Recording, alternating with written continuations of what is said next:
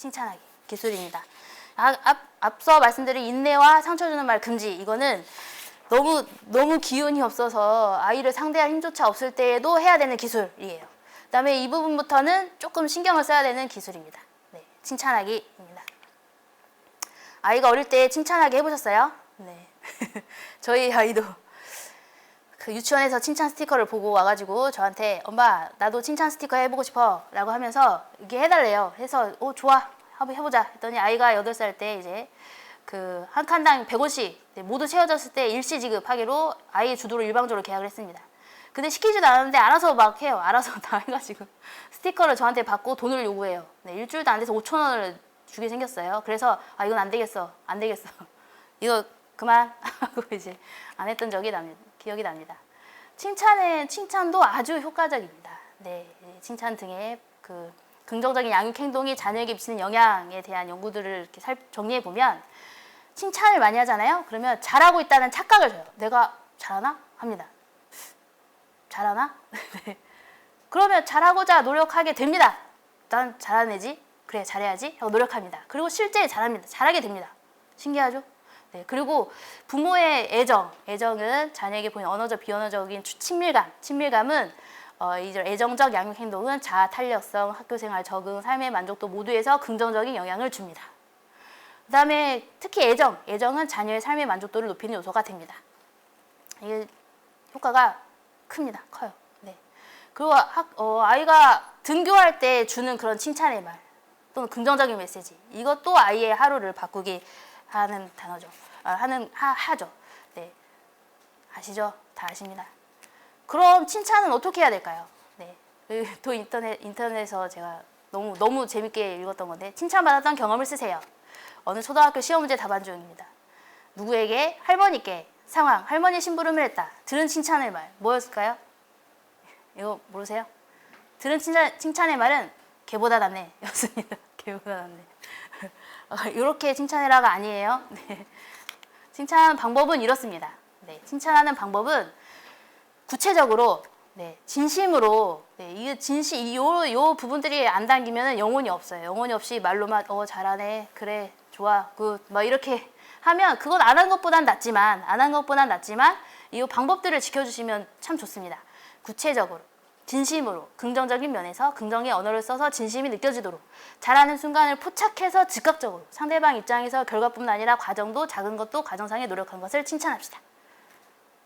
네. 이거 어떻게 하실래요? 예시 들어드릴게요. 하루 10시간은 기본으로 스마트폰에 빠져있는 우리 아이. 네. 10시간 혹시 안 하시나요? 혹시 10시간 안 한다 우리 애는, 그럼 훌륭한 거예요. 네, 훌륭한 거예요. 네, 방학 때는 하루에 14시간 한다. 뭐 기본입니다. 네. 근데 하루 10시간은 기본으로, 그렇다고 기본이니까 우리 아이는 괜찮구나 생각하시면 안 돼요. 스마트폰은 최대한 적게 할수록, 네, 뭐 2시간 이내, 1시간 이내, 30분 이내 할수록 아주 좋아요. 네, 그런데 우리 아이가 이제 보통 10시간은 기본으로 스마트폰에 빠져 있는데 오늘은 5시간밖에 안 했다고 자랑해요. 나 오늘은 5시간밖에 안 했어. 잘했지? 라고 합니다. 그러면 뭐라고 칭찬하시겠어요? 아이고 하면서 이제 한숨부터 쉬시면 안 되죠. 금지라고 했죠. 네, 그게 자랑이니? 뭐 이런 말들 금지예요. 요렇게 제가 앞서서 원리를 막 장황하게 말씀드렸지만 그 포인트들을 잘 찝어주시면 돼요. 저렇게 하시면 됩니다. 어이구 그랬어? 어려웠을 텐데 참 잘했네. 아빠가 너무 했을 때는 이 정도까지는 못했던 것 같아. 잘했어. 앞으로도 잘 부탁해. 요런 말 하시면 되겠습니다. 그리고 또 아이가 되게 공부 안 하다가 그냥 하루 잠깐 했어요. 잠깐 했는데 다음날에 그 단원평가 점수를 잘 맞았다고 막 우쭐대고 있는 거예요. 그러면 이제 아버지들 뭐라고 하시겠어요? 아버지들은 아버지 언어가 있어요. 뭔가 현실을 직시하게 만들어서 애가 정신 차리게 해가지고 똑바르게 삶을 살게 하고자 하겠다라는 그 마음이 있어요. 그래서 그 마음을 아빠 언어로 막 실어서 담는데 그냥 이런 말 하죠. 너보다 잘 맞는 몇 명이니? 다 100점 아니니? 뭐 이런 거. 이런 말을 하는데 이것보다는 네. 노력하더니 결과가 좋았네? 잘했어. 고생했어. 라고 칭찬해 주시면 참 좋겠습니다. 그래서 아버님, 네, 칭찬의 방법을 기억하시면서 시도 때도 없이 안 보이는 데서도 자고 있는 방문 앞에서 들을 만한 소리로도 칭찬해 주시면 되겠습니다. 어떤 가정은 아이가 정말 훌륭하게 자란 집 가정이에요. 가정은 그 아이가 이제 안녕히 주무세요 하고 이제 방에 들어가서 자면 그 방문 앞에서 그 아이의 칭찬을 많이 했다는 거예요. 우리 애는 정말 크게 될 거야. 우리 애 너무 잘 낳지 않았어? 저 아이 없었으면 우리도 어쩔 뻔했지? 정말 조마조마해. 어쩔 뻔했어 하면서 우리 아이 정말 훌륭해 라고 방문 앞에서 칭찬했다는 거예요. 방문 앞에서. 네, 그렇습니다. 이렇게 칭찬을 해주시면 잘한다, 예쁘다, 대단하다 칭찬해 오신 아버님 말씀에 아이들은 귀를 기울이게 될 것입니다. 네. 그리고 이제 기술은 경청하기입니다. 잘 듣기. 이것도 아시죠? 네. 아빠 있잖아요. 제가 할 말이 있는데요. 그게 어떻게 된 거냐면요. 저도 나름대로 사정이 있었어요. 라고 얘기를 할 때 아이의 말을 듣는 우리의 자세는 어떤가요? 네. 어떻습니까? 사실 잘 안 들려요. 네, 안 들립니다. 네. 생각해야 될 게 너무 많거든요. 근데 이제 우리 머릿속에는 경청하지 못하게 하는, 잘 듣기를 못하게 하는 걸림 돌들이 있습니다. 우리 머릿속에는. 요 돌들이 많이 있어요. 네. 아버님들은 어떤 돌들이 크게 있나요? 일단 조언하기 있죠. 조언하기. 그것 말이야 하면서 아빠 어렸을 때는 얘기하고 내가 너만 할 때는 할아버지는 어땠냐며 막 이러면서 막 조언하려고 그러고 또 막 짐작도 많이 하고 그렇습니다. 짐작하고 판단하기 많이 합니다. 네, 또 옳아야만 하고 아이한테 아이가 올바름을 알려주고 싶은 그 마음이 너무 커가지고 아이 말은 들으려고도 않는 거죠.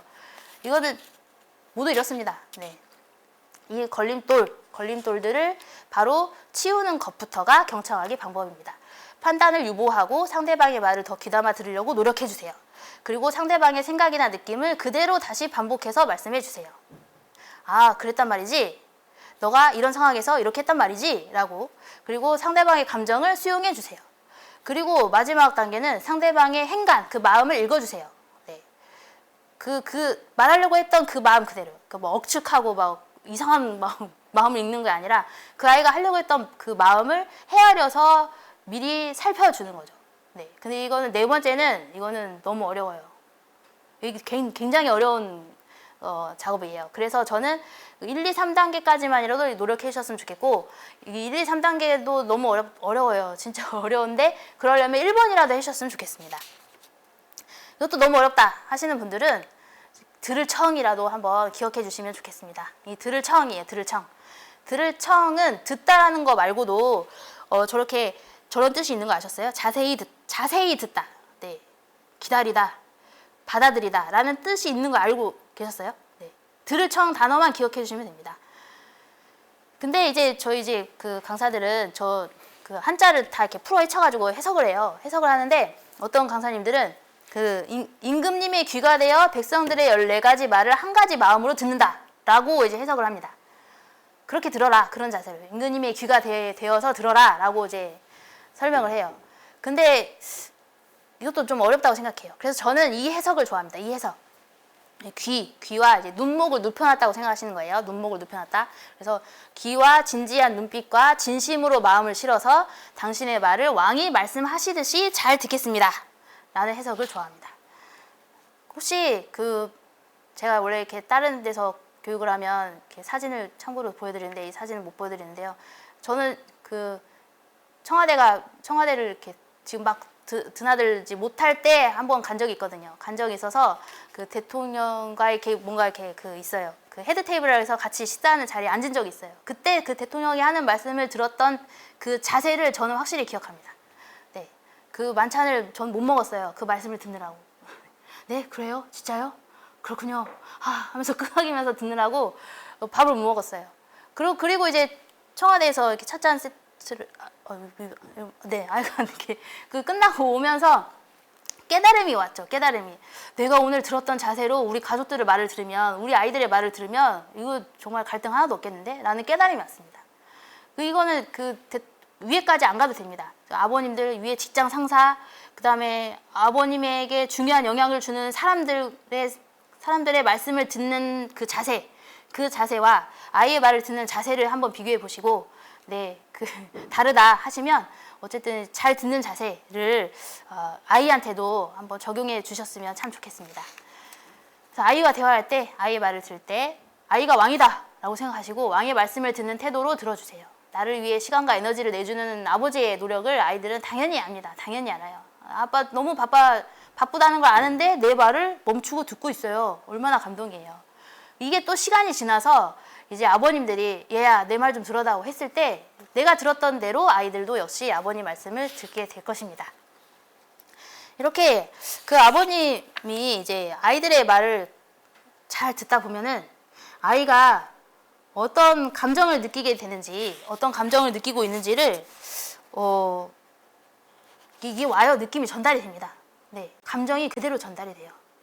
그래서 이거는 되게 어려운 기술이긴 한데 그래도 가져와봤어요. 공감하는, 네, 감정을 알아주는 대화하기입니다. 네, 대화하기여서 요것들을 볼게요. 한번 예시를 들어드릴게요. 네. 핸드폰을 하느라 늦잠 자고 아침에 힘들게 일어나면서 나 정말 학교 가기 싫어 라고 말하는 그런 아이에게 혹시 어떻게 말해주시나요? 네. 그래도 이제 그 부모 교육을 많이 들으신 분들은 그래, 그래도 학교는 가야지 라고 이제 얘기합니다. 네. 아주 훌륭하죠. 네. 근데 대부분의 아버지들은 네. 일어나 하나 둘 셋 나오지 않습니까? 네. 아니면 아예 그냥 이제 그렇게 아침에 신랑이 하기도 싫어서 아예 이제 상대도 안 하고 막 가시는 분들도 있는데 아이들이 이런 말 안 하나요? 나 정말 학교 가기 싫어. 학교 왜 가는지 모르겠어. 학교 이상해. 막 이런 말들 안 하십니까? 네. 이런 말을 하는 아이에게 네, 어떻게 말씀해 주시나요? 공감하기 대화를 적용해 보면 이렇게 됩니다. 네.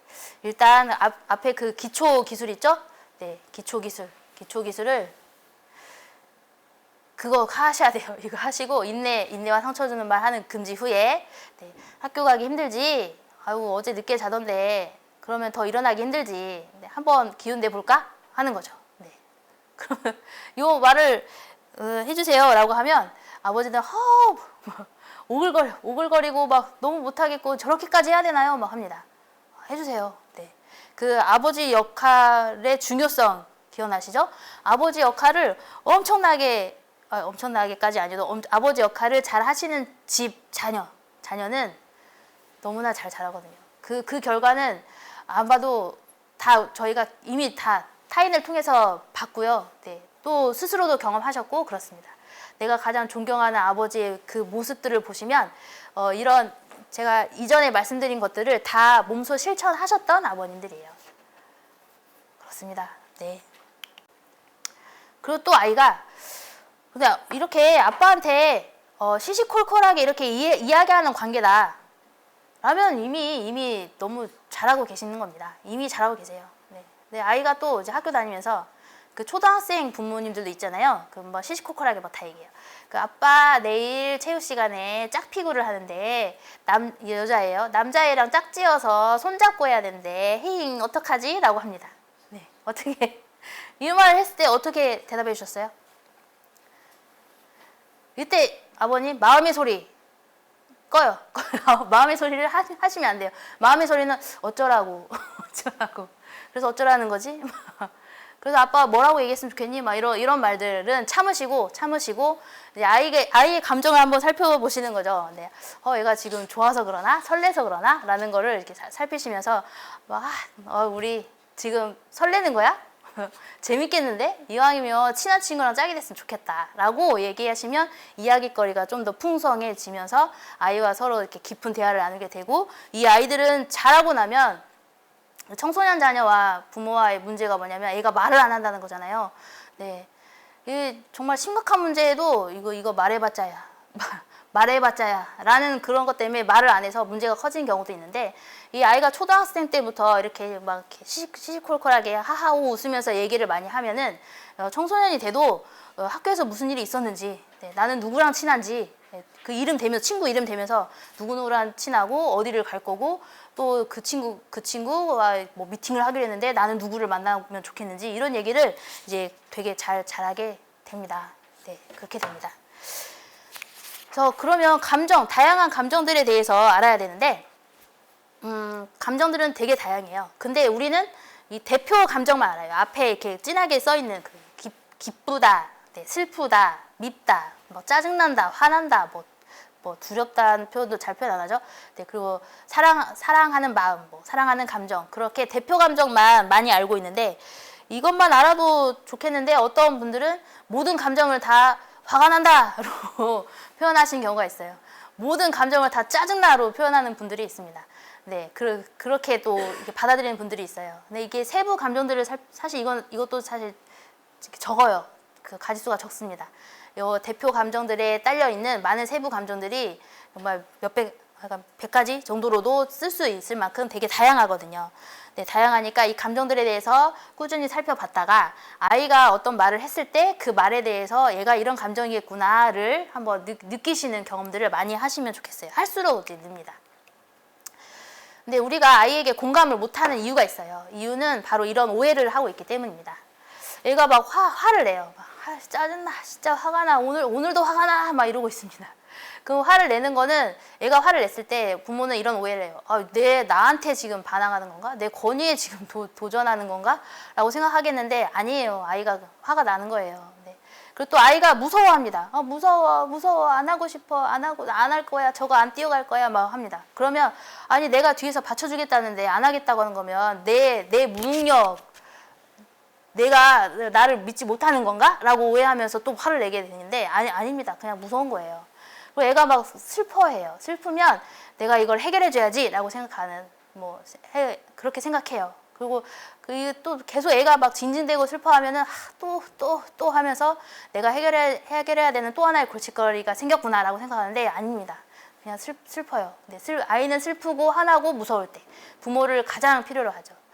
누구를 믿고 살고 있어요? 아이들은 부모를 믿고 살고 있죠. 그래서 부모만이 아이에게 정말 그 1차적으로 밀접한 영향을 주는 존재이면서 아이를 크게 성장시키고 크게 이렇게 변화시킬 수 있는 존재입니다. 네. 그러니까 미래인, 거의 신적인 존재가 바로 부모예요. 그래서 부모인 우리가 이런 역할들을 잘 할 수 있도록 늘 이렇게 배워 학습을 하셨으면 좋겠어요. 네. 그리고 마음이 편치 않은 아이를 위로할 수 있는 능력이야말로 그 어느 때보다 우리가 부모답다라고 느낄 수 있게 해준다라고 존 가트만께서 말씀해 주셨습니다. 네. 그리고 공감을 잘 하셨으면 좋겠어요. 공감의 뜻은 이렇습니다. 남의 감정, 의견, 주장 따위에 대해서 자기도 그렇다고 느낀다. 또는 그렇게 느끼는 기분, 상대방의 기분을 나도 그렇게 느낀다라고 느끼는 게 공감이라고 그동안 이게 단어 뜻이 그래요. 그랬구나. 우리 누구가 이런 기분이구나 라는 거예요. 그런데 이제 어렵죠. 아이의 감정을 내가 그렇게 느끼지는 어렵죠. 얘가 막 너무 짜증나 막 하는데 그게 그렇게까지 짜증날 일인가? 쉽지 않 그런 생각 안 하십니까? 그래서 저는 이런 의미보다는 최근에 이제 그 전문가님께서 말씀하신 그 개념이 와닿더라고요. 그렇다라고 느끼지 않더라도 네가 그런 감정 기분이구나라고 인정하는 것도 공감입니다. 공감. 그래서 이 공감을 잘하면요, 이것도 애 정말 잘 키울 수 있습니다. 일단 공감을 잘하면요, 아이의 자존감이 높아져요. 자존감은 자기를 소중하게 여기는 마음, 자기를 가치 있다고 생각하는 그 마음이잖아요. 내가 소중해, 난 대단해, 그러니까 이기심이 아니에요. 이기심이 아니죠. 자존감이요. 난 소중해, 난 가치가 있어, 날 함부로 대해선 안 돼 라고 생각하면 내가 그렇게 느낀 만큼 다른 사람도 소중해, 함부로 느끼면 안 돼 하면서 이렇게 서로 상호작용을 잘 할 수 있게 돼요. 근데 이제 공감을 잘하면 아이의 자존감이 높아진다는 거죠. 자존감은 모든 것들의 근원입니다. 모든 것들의 근원. 자신의 행동에 대한 명령자로서 이제 역할을 해요. 자존감이. 공감을 잘하면 자존감이 높아져서 자존감이 높아지면서 같이 높아지는 것들이 같이 높아지는 거죠. 네. 공감은요, 성취도, 리더십, 자아상, 신체 만족도 높은 것도 이것도 큰 거예요. 특히 청소년 아이들은 이 세상 사람들이 다 자기만 바라본다고 생각하잖아요. 그래서 여기 1mm 1mm 삐져나온 걸로 학교 안 가거든요. 네. 학교는 갑니까? 네. 근데 이 신체 만족도 높은 것도 이 청소년 자녀를 키울 때는 이거 되게 큰 부분입니다. 자존감이 높아지고 같이 높아진 것들이 높아져서 이거는 성인이 돼서도 연결이 됩니다. 공감을 참 잘해야겠죠? 네. 공감을 잘 하는 방법은 한마디로 글을 사랑하라 입니다. 글을 사랑하라. 그랬구나. 이거 그랬구나 옛날부터 많이 나왔단 말이에요. 그랬구나. 네, 저도 애기 키울 때 그랬구나를 많이 해야 된다 세뇌가 돼 있기 때문에 아이가 뭐 할 때마다 그랬구나 했더니 아이도 막 울면서 그랬구나 하면서 우는 걸 그걸 경험했었습니다. 네, 근데 그랬구나. 네, 하고요. 그리고 이제 아이에 대한 궁금함의 자세를 갖는 거죠. 궁금함의 자세. 그런데 아빠가 궁금한 건 이 부분에서는 왜 이렇게 된 거야? 왜 이런 상황에서는 왜 이렇게 된 거야? 라고 이제 취조하듯이 말고 그대로 순수하게 이제 물어보는 거죠. 그리고 그럼 어떻게 하면 좋을까? 네 생각은 어때? 라고 얘기하면서. 그럼 아이가 생각이 있어요. 내 생각에는 그냥 그러니까 하면서 얘기해요. 그럼 그래. 그 방법도 되게 좋다. 좋아. 좋은데 아빠 생각은 이렇거든. 그래서 아빠 말 한번 들어봐 줄래? 하면서 이제 이렇게 얘기를 하면 또 공감을 하면서 상황에 대한 대처 방법, 해결 방법까지 같이 아빠와 함께 해결하게 되는 그렇게 진행이 됩니다. 그래서 이제 공감하는 대화의 예시를 보여드리면 제가 너무 빨리 진행이 된 것 같아요. 네. 그 아이가 또 이런 이런 이야기를 하게 돼요. 조 과제에서 내가 PPT를 맡았는데 그 발표 날에 철수가 막 자기 맘대로 자기 PPT로 발표해 버렸어. 근데 선생님이 설명한 대로, 말씀한 대로도 한 것도 아니어가지고 점수가 더 깎였어. 라고 막 얘기합니다. 이때 아이가 느낀 감정은 무엇이었을까요? 네. 뭔가 이제 억울하죠. 그리고 일단 화나요. 철수가 자기 맘대로 막 하는 거. 그럼 가만 보면 철수는 옛날부터 그랬던 것 같고 그래서 그거를 얻다가 막 말하고 싶어요. 철수에 대해서 막 얘기하고 싶은 그 마음도 있고요. 그다음에 또 아쉽죠. 잘 맞을 수 있었는데 뭔가 이렇게 그르쳤다는 그런 아쉬움도 있고. 그다음에 막 짜증도 납니다. 네, 짜증도 나요. 네, 짜증도 나서 그런 마음을 알아주는 거죠. 세상에 진짜 그런 일 있었어? 진짜 억울했겠는데? 라고 하면서 늘 이렇게 아이와 대화를 할 때 그렇구나, 그랬어 라고 이제 친절하게만 얘기 안 해도 됩니다. 네. 우리도 사람인데 막 화부터 날 수도 있고 그러죠. 그럴 때 이제 일단은 인내와 그 상처 주는 말 금지 그거는 계속 지키시면서 뭔가 비언어적인 표현까지는 나와도 되죠. 진짜? 하면서 이거 진짜 아빠가 열받네 대신 진짜 열받는데 철수 데려와 막 이렇게 할 수도 있고. 네. 그럼 아이의 그런 심정을 같이 느껴주면서 뭔가 위로해줬어요. 그러니까 내 편으로 해줬어요. 내 편으로. 그러니까 아이가 뭔가 비도덕적이거나 비윤리적이거나 범죄를 한 것들이 아니라면 같은 편에 서가지고 아이의 이제 그 입장을 생각하면서 그 마음을 헤아려 주는 게 바로 이제 공감이라고 생각해요. 그래서 아버지들이 하는 말 중에 저 아래에 있는 말들을 안 해도 또 되죠. 저 아래. 아니 평소에 어떻길래 친구가 못 믿냐? 네 것도 별거 없었겠지. 철수는 발표하려는 용기가 있구나. 누구랑 다르게 말이야. 하면서 이렇게 자녀를 비하하는 말은 금지. 네, 금지라고 생각하시면 되겠습니다. 그래서 여기까지 제가 그 아버지 역할의 변화와 중요성, 그 다음에 아버지 역할을 잘하기 위한 기술들을 5가지를 말씀드렸습니다. 인내하기, 참아라.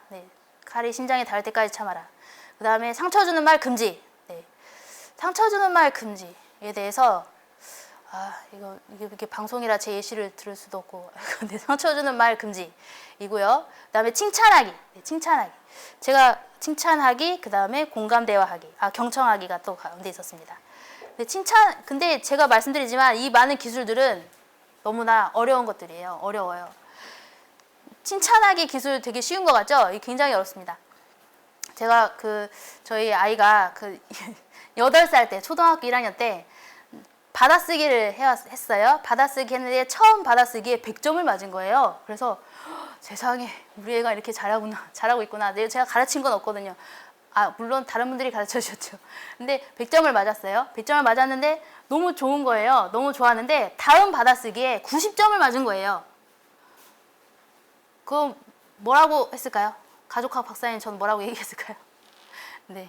물론 정답은 다 알고 계시죠? 우리 막 많이 듣잖아요. 9개나 맞았네? 9개나 맞았네? 혹시 많이 말씀하지 않았어요? 네. 근데 이게 가족학 박사님 저도 그런 기술들을 써야지라고 머릿속에 있는데 이게 하다 보니까 무슨 말이 나냐면 철수야, 어제는 100점 맞았는데 이번에는 90점 맞았네. 혹시 기분이 어때? 라고 했더니 철수가 기분이 좀 안 좋아 그러더라고요. 그래서 제가 한 말은 바로 그 기분을 기억해. 라고 에서 말한 예시가 바로 그거였어요. 이렇게 어려운 거예요. 그래서 제가 말씀드린 기술들은 모두 어렵다. 네, 알고는 있지만 하긴 어렵다라는 걸 다시 말씀드리면서 그래도 우리는 노력해야 된다입니다. 근데 이 노력이 잘 적용이 되려면 이 세 가지는 해주셨으면 좋겠습니다. 네, 이거는 너무 다 알고 있던 거지만 제대로 해봐야겠다고 느껴요. 라고 실제로 해볼 거예요. 라고 마음을 먹으셨다면 이제 아버님들께서는 이 세 가지를 이렇게 스스로 돌봄을 잘 하고 계시면 더 잘 적용할 수 있습니다.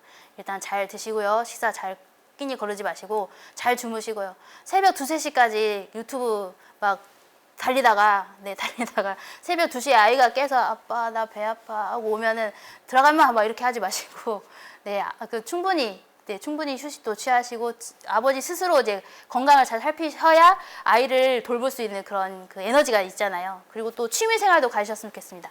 청소년 자녀를 키우시는 아버지들은 특히나 아이의 이제 학업이나 진로까지도 걱정이 되기 때문에 아이에게 몰두하게 되면서 아이의 정말 일거수일투족을 막 살피시면서 스트레스를 막 받아하시면서 그 스트레스를 또 아이에게 푸시고 그런 경우들이 있는데 그러지 마시고 그냥 딱 선 그으시고 아버지 스스로의 그런 취미를 가지시면서 아버지의 삶을 조금 이렇게 여유롭게 만드신 다음에 이 여유로운 마음으로 아이를 바라보셨으면 좋겠습니다. 그리고 제가 오늘 다루지 못한 것들도 이제 전국에 이제 뭐 가족센터도 있고 또 이런 부모 교육을 하는 곳들이 이렇게 훌륭한 유튜브도 있고 서울시 교육청 같은 기획도 있고요. 많이 있잖아요. 그래서 이런 것들을 끊임없이 어떻게 보면 아이가 성인이 된 이후에도 배우시면서 이 노력을 계속 하셔야 된다는 것을 잊지 않으셨으면 좋겠습니다.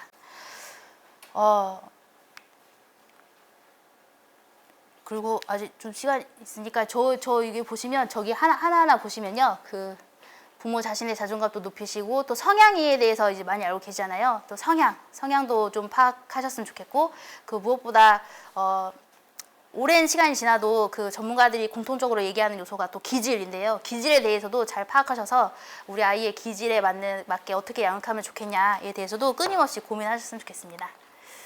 제가 진짜 마지막으로 아이 얘를 도대체 언제까지 키워야 되냐, 내가 언제까지 이래야 되냐라고 한 번씩 답답할 때가 있으실 거예요. 근데 생각해보면 길어야 10년입니다. 길어야 10년.